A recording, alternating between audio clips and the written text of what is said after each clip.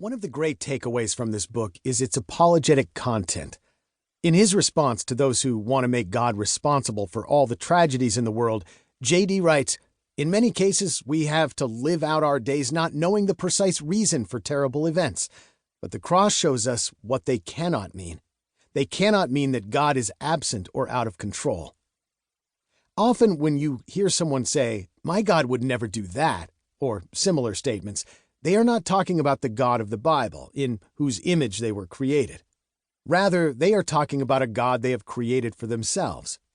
In the chapter titled, "You Don't Get Your Own Personal Jesus," J.D. reminds us that God said, "I am who I am," not, "I am whoever you want me to be." The discussion of God's wrath and His love fill the pages of the final chapters. I don't think I turned a page without stopping to write something down that I wanted to remember. I shared some of J.D.'s insights about the crucifixion, which are found in the 11th chapter when I officiated at a recent communion service. Not God Enough concludes with a call to action. In J.D.'s words, "Christianity makes a terrible hobby," and "you cannot place the Son of God's glory into orbit in your life." The God of the Bible demands our highest allegiance, our total adoration, and our unconditional obedience. 20 years ago, I went through 2 bouts of cancer. I ultimately had a stem cell transplant which cured me of the disease. When I came back to my pulpit after several weeks of recovery, I stood in front of the church I have now pastored for 36 years, and my message was simply, "God is enough." This is the glorious message of this book that I have been blessed to read and honored to endorse. David Jeremiah.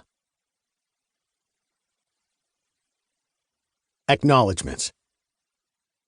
In Freedom of Conscience, Martin Luther warned prospective pastors against aspirations of teaching the worldwide church.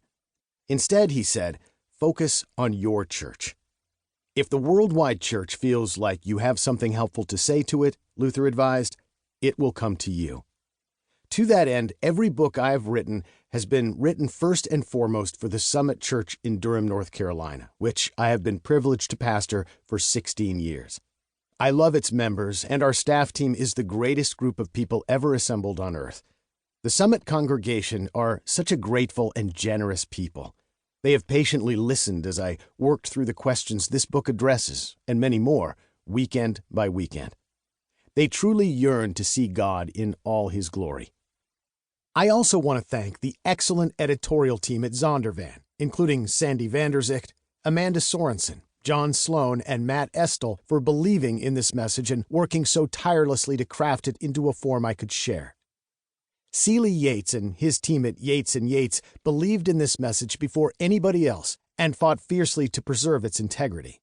Seeley Yates is truly an agent without equal. My preaching and writing would not be half of what it is without the expert help of Dr. Chris Papalardo, and his input shows up in countless ways throughout this book.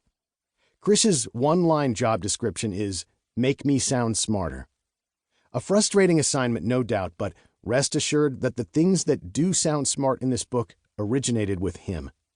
Thanks also to a new team member, Allison Dolbeer, who fact-checks, source-checks, occasionally just shakes her head and says, "No way," and keeps us from embarrassing ourselves, or at least she tries.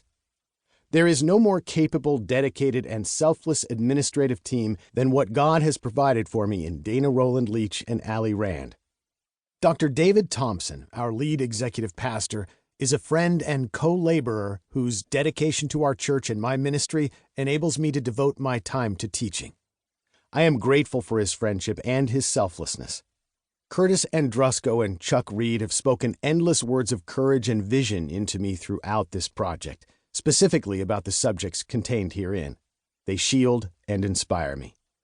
My wife, Veronica, never ceases to amaze me in how selflessly she guards my time so that I can spend time writing and studying. She is my greatest earthly gift, and our 4 kids, Karis, Allie, Rhea, and Adon, are the joy of my life. May the faith of their fathers become theirs as well. Part 1. God is. A God small enough to be understood is not big enough to be worshipped.